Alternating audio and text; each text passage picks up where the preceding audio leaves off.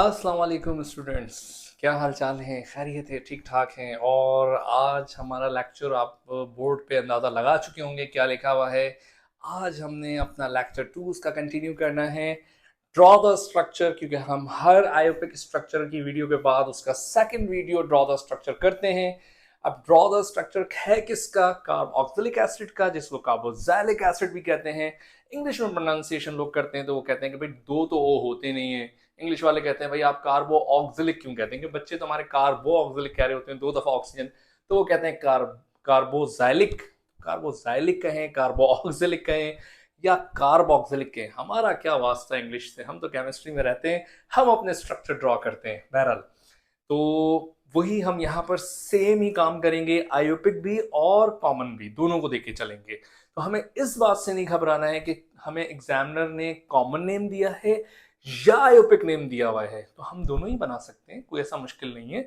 For example अगर हमारे सामने कंपाउंड आ जाता है कि हमें बनाना पड़े ब्यूटेन ओइक एसिड, ठीक हो गया। अब देखें ब्यूटेनोइक एसिड की अगर हम बात करें तो ब्यूट मीन्स 4 कार्बन। आपने सबसे पहले कितने क्या ड्रॉ करना है? 4 कार्बन ड्रॉ करने। But means 4 carbon. Okay. Oic acid, oic acid का मतलब क्या हुआ? कार्बोक्सिलिक एसिड की बात हो रही है। अब कार्बोक्सिलिक एसिड की बात हो रही है तो carboxylic acid represented by COOH, ये हम ऑलरेडी जानते हैं। और हमेशा हमें ये भी पता है कि अल्डिहाइड और कार्बोक्सिलिक एसिड की पोजीशन हमेशा नंबर 1 होगी। ये हमेशा 1 पोजीशन पे लिखे जाते हैं, कॉर्नर पे लिखे जाते हैं। तो आपकी मर्जी है लेफ्ट कॉर्नर या राइट कॉर्नर, आप इसको लिख लें COOH मिलाकर। अलग से नहीं लिखेंगे, अलग से लिखेंगे तो ये फिर 5 कार्बन होंगे, और 5 कार्बन के लिए हम वर्ड यूज करते हैं पेंटेनोइक। ओके, जब हमने लिख लिया उसके बाद जहां आपने COOH लिखा वही आपका कार्बन नंबर 1 हो गया, then 2, then 3 and then 4। Okay, last आपने बैलेंस करना है, रिक्वायर्ड 2, रिक्वायर्ड 3 एंड रिक्वायर्ड 4। 3 सही है? नहीं, यहां गलती कर दी ना, रिक्वायर्ड 2। क्लियर है? क्योंकि इस कार्बन के साथ 2 बॉन्ड अटैच हैं, 2 कम थे 2 लगाए, 2 कम थे 2 लगाए, और एक अटैच था तो 3 कम थे, हमने 3 हाइड्रोजन लगाए। अब उसके बाद कोई और स्ट्रक्चर हमें गिवन हो, फॉर एग्जांपल हमें गिवन हो 2,2, हम डायरेक्ट लिख लेते हैं डाइक्लोरो। ओके, डाइक्लोरो, और उसके बाद 3 मिथाइल पेंटेनोइक, पेंटेनोइक एसिड। तो मैंने आपसे पहले ही कहा है स्ट्रक्चर कैसा भी हो कोई प्रॉब्लम नहीं है, सबसे पहले आप चेक करें ये कॉमन नेम है, ये आयोपिक है। यहाँ पे नंबरिंग दी गई है, अंदाजा हो रहा है कि ये एक आयोपिक नेम है। यहाँ पर ओआईसी एसिड लिखा हुआ है, अंदाजा हो रहा है कि ये एक आयोपिक नेम है। क्लियर हो गई बात ये? ठीक है। Pentanoic acid, pent means 5 carbon. सबसे पहले आपने 5 कार्बन ड्रॉ करने, 1, 2, 3, 4 एंड 5। और मैंने आपसे पहले ही कहा है अगर कार्बोक्सिलिक एसिड आप पहले लगाएं या बाद में लगाएं, पहले नंबरिंग कर लें या बाद में नंबरिंग करें, वो आपकी मर्जी है। अगर आप पहले COOH लिखते हैं वो भी कॉर्नर पे लिखा जाएगा, और हमेशा फिर वही कार्बन नंबर 1 होगा। नहीं, अगर आप कहते हैं नहीं सर हम काउंटिंग पहले कर लें, तो आप काउंटिंग पहले कर लें, 1 carbon, 2 carbon, 3 carbon, 4 and 5। Number 1 carbon understood है कि यहां पर क्या आएगा? COOH ही आएगा, क्योंकि ये कार्बोक्सिलिक एसिड की बात हो रही है, OIC एसिड। उसके बाद देखेंगे क्या कह रहा है एग्जामिनर हमें, 2,2, 2 और 2 पोजीशन पे हमने डाइक्लोरो लगाना है, मतलब हमने सेकंड पोजीशन पे क्या लगाना है? डाइक्लोरो। तो ये 2 पोजीशन है, यहां पर हम लगाएंगे क्लोरो, यहां पर भी हम लगाएंगे क्लोरो, और 3 पोजीशन पर हमने क्या लगाना है? मीथाइल। मीथ, मीथ मतलब 1 कार्बन लगा दिया हमने, और तो कुछ भी नहीं लगाना, नहीं लगाना, सिंपल हमने इसको बैलेंस करना है। रिक्वायर्ड 3, रिक्वायर्ड 2, 3, 1, कोई कार्बन कुछ भी नहीं, सब कुछ बैलेंस है।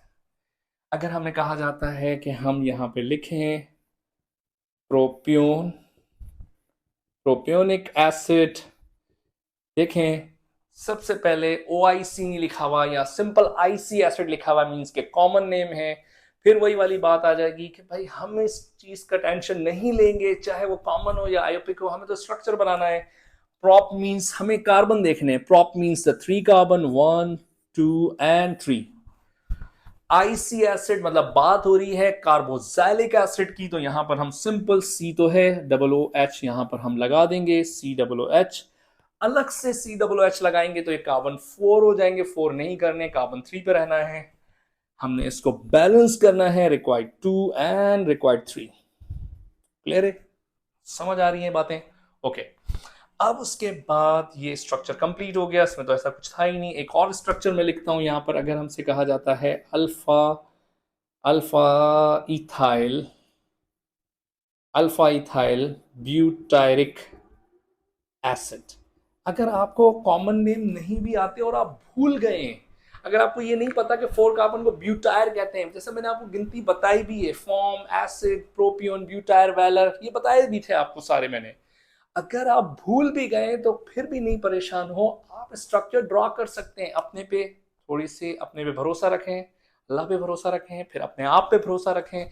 कैसे कर सकते हैं आप देखें, हमें नहीं आता कॉमन नेम, बट हमें ये पता है कि जब भी हमें कोई स्ट्रक्चर मिलेगा हम ट्राई जरूर करेंगे, हम वहां पे कार्बन ढूंढने की कोशिश करेंगे। तो कार्बन यहां पे देखें ब्यूट, यही मैं आप लोगों को रिएक्शंस के लिए भी कहूंगा कि आप ये ना परेशान हुआ करें कितनी मुश्किल है। भाई मुश्किलों से आगे तो आप है ना खुद। मुश्किलें होंगी, देखें मैं भी तो आपके लिए लेक्चर अपलोड कर रहा हूँ जर्मनी में होने के बावजूद, जर्मनी की इतनी यहाँ पे मेरी टफ रूटीन के बावजूद मेरी कोशिश है कि मैं लेक्चर्स पहले मैं नहीं अपलोड कर रहा था, लेकिन अब मैं टाइम टू टाइम निकाल के कुछ भी करता हूँ आप लोगों के लिए, लेक्चर अपलोड करता हूँ कि नहीं कि आप लोगों को सीखने को मिले। तो आप भी साथ साथ मेहनत करें और मेहनत करें, मैं तो मेरी कोशिश है। मैंने आपसे पहले भी कहा था मैं कुछ वीलॉग्स बनाऊंगा जर्मनी के हवाले से, लेकिन मैं अभी मेरा फोकस है कि आपका ये नॉमेनक्लेचर कंप्लीट हो, उसके बाद मैं वीलॉग्स बनाऊंगा।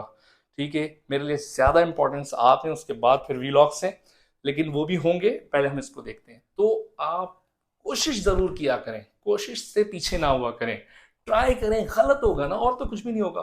तो हमें नहीं आता कॉमन नेम, बट ये तो पता है ना कि ब्यूट मीन्स क्या है, 4 कार्बन। तो हम यहाँ पर 4 कार्बन लिखेंगे, 1 2 3 4। भाई ब्यूटायर का मतलब नहीं पता था, ब्यूट मतलब पता था, हमने लिख दिया। अब आईसी एसिड, हमें पता है कि एसिड का वर्ड कार्बोक्सिलिक में आता है। अब कार्बोक्सिलिक जो है वो हमेशा कॉर्नर पे होता है, हमने COOH भी कॉर्नर पे लगा दिया। अच्छा, अल्फा इथाइल, अल्फा बीटा ये कॉमन नेम में आते हैं, भले कॉमन में आए आईयूपी को, हमें इससे कोई नहीं, हमें ये पता है कि फंक्शनल ग्रुप के साथ वाला कार्बन अल्फा है। तो फंक्शनल ग्रुप के साथ वाला कार्बन ये है, इसको अल्फा कहते हैं, उसके बाद वाले को बीटा कहते हैं, उसके बाद वाले को गामा कहते हैं, देन पार्शियल। वो कह रहा है अल्फा पोजीशन पे इथाइल लगाएं, तो अल्फा पोजीशन ये है, इस पर हम ईथ मतलब 2 कार्बन 1 एंड 2 लगा दिए, रिक्वायर्ड 3 required 2 3 2 एंड 1, बैलेंस हो गया, कोई इशू नहीं है। तो ये स्ट्रक्चर हमने काफी कर लिए, कुछ एक दो स्ट्रक्चर और करते हैं हम, ठीक है। अगर हमारे पास स्ट्रक्चर आ जाता है इथेन, ये बड़ा इंपॉर्टेंट टॉपिक, इंपॉर्टेंट स्ट्रक्चर है, कई दफा आता है इथेन डाइओइक एसिड। तो क्या कैसे सॉल्व करेंगे, देखें ईथ मतलब क्या है, ईथ मीन्स 2 कार्बन, ऐसे ही है 2 कार्बन हम यूं लिख लेते हैं, ईथ मीन्स 2 कार्बन। और उसके अलावा डाइओइक, 2 दफा कार्बोक्सिलिक एसिड लगाना है, 2 दफा COOH लगाना है। तो मैंने आपसे कहा है COOH आप मिलाकर भी लिख सकते हैं, यूं भी लिख सकते हैं, CO देन OH, COOH बना 1 टाइम, तो दूसरी टाइम हम यहां लिखेंगे C और OH, COOH हम यूं भी लिख सकते थे, ईथ मतलब 2 कार्बन, डायोइक एसिड COOH हम यूं भी लिख सकते थे, आप यूं भी लिख सकते हैं, ये भी सही है, ये भी सही है, बोथ आर राइट, आपकी मर्जी है। आपके पास आता है structure for example 3,3 di amino, ठीक हो गया, और देन उसके बाद 2 methyl and butane oic acid. Okay, तो आप याद रखिएगा स्ट्रक्चर जब भी आपको मिलेगा आपने करना क्या है, कार्बन्स लिखने हैं। ब्यूट मतलब क्या है, 4 कार्बन, 1 2 3 एंड 4।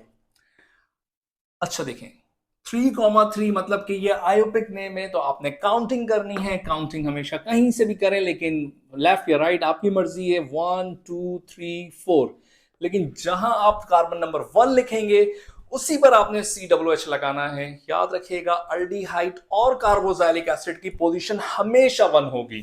तो हम ये कहते हैं यहां पर ये COOH ये हम यहां लिख देंगे। ओके, अच्छा उसके बाद देखें 3,3 डायअमीनो, डाय अमीनो, अमीनो अमाइनो जो आपका दिल करता है।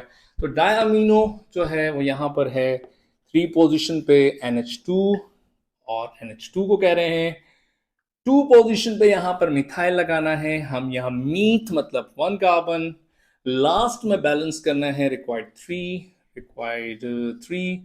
And required 1। तो ये स्ट्रक्चर भी कंप्लीट हो गया। तो मैं समझ रहा हूँ कि स्ट्रक्चर बनाना कोई इतना मुश्किल नहीं है। आप सिंपल याद रखें, चाहे कॉमन नेम है या आयोपिक है। अगर आपसे एग्जामिनर कह रहा है कि भाई मुझे फॉर्मिक एसिड बना के दिखाएं, या एग्जामिनर आपसे कहे कि भाई मीथेनोइक बना के दिखाएं, तो ये घर से टेंशन ना लेके जाएं कि ये कॉमन है या आयोपिक नहीं। हमें ये पता होना चाहिए बस कि फॉर्म मतलब भी एक कार्बन है और मीथ मतलब भी एक कार्बन है। इन चीजों का पता हो तो कोई मसला नहीं है कि कॉमन हो या आयोपिक है। और आईसी एसिड और ओआईसी एसिड वर्ड दोनों यूज होते हैं किसके लिए, कार्बोक्सिलिक एसिड के लिए, COOH। तो COOH हम मिलाकर भी लिख सकते हैं, हम ऐसे स्ट्रक्चर बना के भी लिख सकते हैं। अच्छा, एक COOH हो गया, लेकिन इस कार्बन की वैलेंसी इनकम्प्लीट है। वैलेंसी कंप्लीट हम किससे करते हैं, हाइड्रोजन से, क्योंकि हम पीछे इसके कार्बन नहीं लगाएंगे। अगर कार्बन लगाएंगे तो फिर ये इथेनोइक हो जाएगा। ठीक हो गया, तो ये सॉरी एसिडिक एसिड हो जाएगा क्योंकि कॉमन नेम है ये। तो ये हो गया फॉर्मिक एसिड। तो मिथेनोइक वही सेम होगा यहां पर भी, OIC तो COOH। और इस कार्बन की वैलेंसी को कंप्लीट करने के लिए भी हम यहां पर हाइड्रोजन ही अप्लाई करेंगे। समझ आ गई। तो ये कॉमन हो या आयोपिक नेम हो, इससे कोई फर्क नहीं पड़ता। हम स्ट्रक्चर ड्रॉ करने आने चाहिए, वो हमने कर लिए कंप्लीट। बहरहाल कार्बोक्सिलिक एसिड के ड्रॉ द स्ट्रक्चर का टॉपिक कंप्लीट हो गया। आपके पास जो स्ट्रक्चर है आप खुद से सॉल्व करें, और बेहतर है आप जितनी ज्यादा प्रैक्टिस करेंगे उतना आपका फायदा होगा, रिएक्शंस में भी आपको ये काम आएंगे।